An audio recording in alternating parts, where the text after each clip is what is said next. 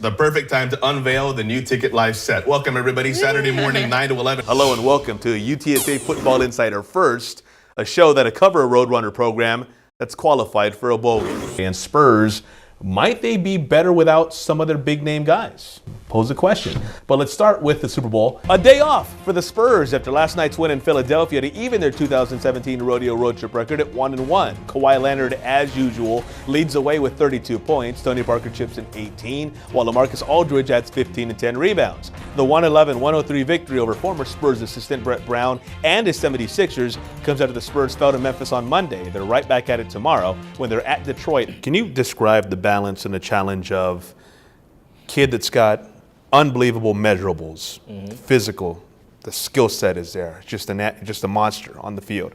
Then you also got the kids who maybe don't have all those physical gifts, but they do the things that you can tell are going to be useful on a football field.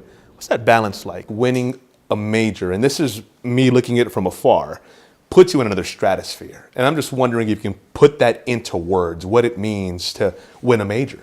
Well, you know, there's 4 a year, and everybody in the golfing world wants to grab one. So to be one of the 4 guys that gets to win on any calendar year a major is huge. He didn't know that you had him right where you wanted him. You were laid up in the hospital, but you got him right where you wanted him. Here's Timmy coming to take advantage of you.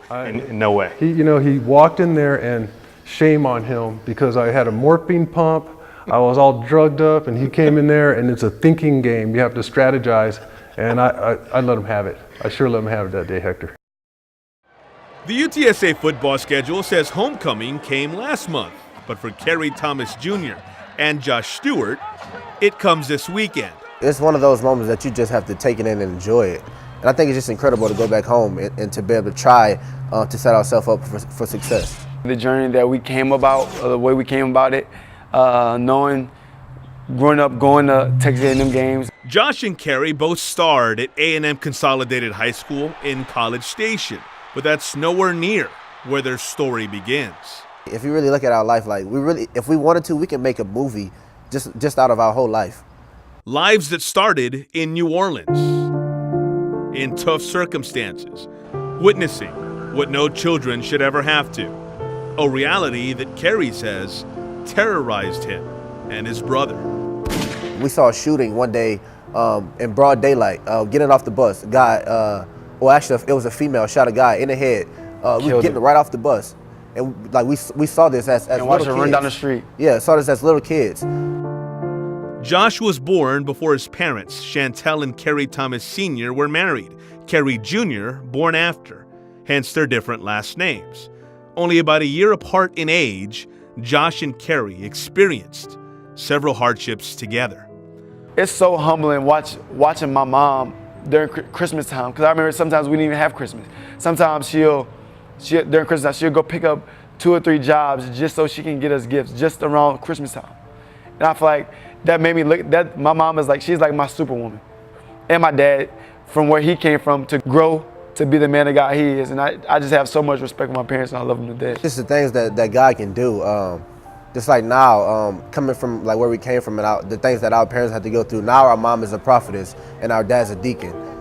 And thanks in part to that faith instilled by their parents, Kerry and Josh would probably tell you that their move to Texas because of Hurricane Katrina was meant to be.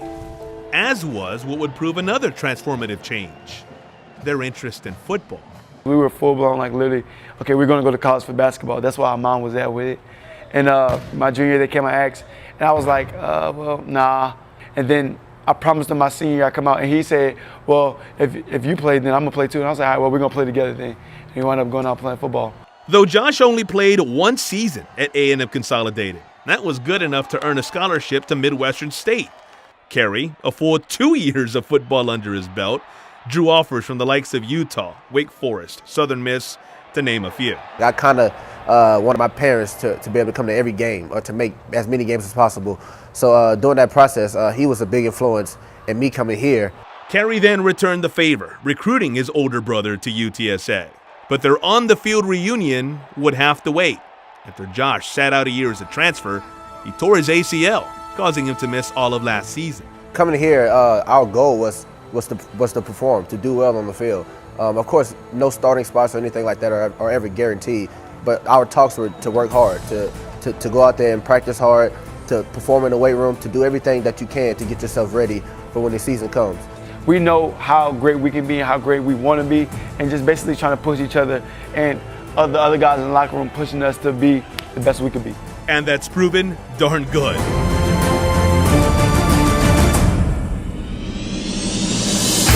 Team-wise, Josh ranks first while Kerry's second in receiving yards per game, receptions, and longest reception, while Kerry's 7 touchdowns are 3 more than Josh's 4.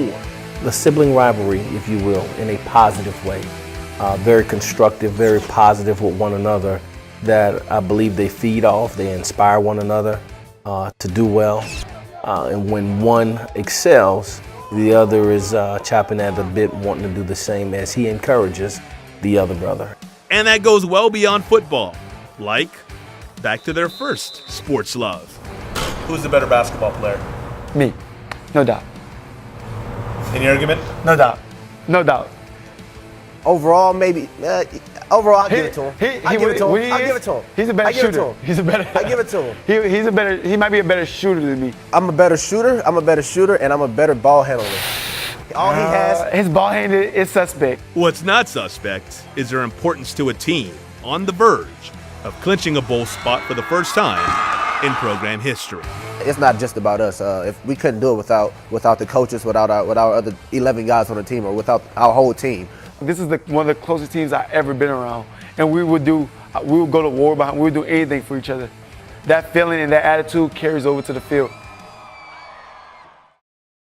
Well, we are in the land of the beautiful people, so it is not uncommon for celebrities to make the trip. It's about an hour and a half up north from Los Angeles to Oxnard to visit Cowboys training camp. And one of the biggest stars in out of Hollywood was here, Denzel Washington. And so we took the opportunity to ask the Cowboys and kind of grill them about their favorite Denzel movies and another certain question in there as well. You talk to Jerry for me. All right. Nobody's going to see this interview, so nobody will know that I'm actually here to beg for tickets. Okay. But you do me a favor, and we'll keep it just between you and me. You tell Jerry that Denzel and like a couple of, no, not even tickets, sideline pass. But don't tell anybody, all right? A favorite Denzel movie? It's got to be Training Day. Man, we got a lot of good ones, man. Training Day. Oh, that's a tough one. It is. Training Day, man. I like Man on Fire. I like Man on Fire. John Q is another good one. Man on Fire. I don't know, man. I can't pick. I can't choose. Manchurian Candidate. Oh, I like them all. I can't think of a bad movie that he's been in. When they make the Jason Witten movie, who plays Jason Witten? Sure, got to say Denzel now, man. Guy's got great energy, great guy, very humble too. Oh, you really put me on the spot. Man, who plays me in the movie about Brandon Carr? Shoot. Denzel's the correct answer, right? I guess, since we're talking about him. I might have to give that some thought. We'll have to see. So we'll wait and see We'll have to wait and see. I don't know. I think my favorite actor is DiCaprio, but obviously I don't think he can play me. But no, I picked Denzel. Denzel's probably one of my favorite actors. Definitely him and Leonardo for sure.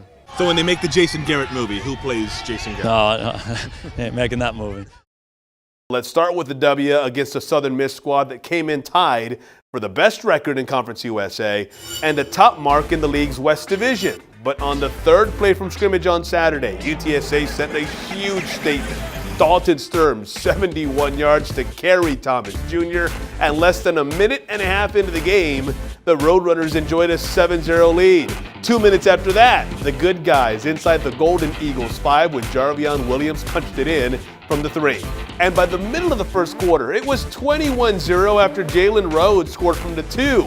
After Southern Miss got on the board, here came the Roadrunners again before the quarter even ended. Williams, this time from the 6, 28-7 at the end of 1. Jarvion and Jalen both had themselves a game. Here's Rhodes, midway through the second quarter. Play started at his own 20, ended nowhere near there. UTSA took a 38-21 advantage into the locker room thanks to that 80-yard run. A 38-24 lead with 6.5 to go in the third grew to 45-24 on the jet sweep by Matt Guidry, and the good times continued in the fourth. We mentioned that Jarvion and Jalen had great afternoons. Here's Jarvion, and what you're watching is the longest play in the program's history. 92 yards. Jarvion didn't score, but Jalen did, finishing that long drive from 3 yards out. What a day. 4 of the 13 longest plays in school history came in this ball game. A school record 339 rushing yards as Williams and Rhodes both went for over 100. Jalen 165 on 14 carries, Jarvion 122 on 15 carries. Kerry Thomas Jr.'s touchdown catch is the 8th of his UTSA career. That ties David Morgan's school record. And let's not forget about the defense. Josiah Tuaefa wins the conference's Defensive Player of the Week award after he garnered 12 tackles in that ball game. All right, I didn't mean to do it, but I might have accidentally started pie-gates among these Cowboy players. It all started when safety Barry Church hit rookie Byron Jones in the face with a pie. I thought it was a rookie thing, so I alerted Randy Gregory, telling him that he needs to be on the lookout. Well, it turns out that may not be the case. I saw something on Cowboys.com about a pie in the face, and you were the culprit. Just real quick, I want to ask you about that. Well, it was definitely a nice little setup for the Ben and Skin show. I grabbed the rookie from the beginning, Brian Jones, and we had this whole pie thing going on. He thought I was going to pie my man over there for the Ben and Skin show the whole time, but the last question, he said his favorite player was me, but I felt bad about, just kind of smash him in the face, but it had to happen. Smash him all in the face. It had to be about a 4-pound cake. Smash it all in his face, and he took it all. When you get a pie in the face like that, that was my first one. Yeah, it was my first one. I was caught off guard by my fellow safety, but as a rookie, you got to expect those things. Byron Jones gets a pie in the face today. Part of the rookie treatment. For real? He got a pie in the face, man. Why? Rookie treatment, I think. Something having to do with being a first-year guy, rookie. Who said that?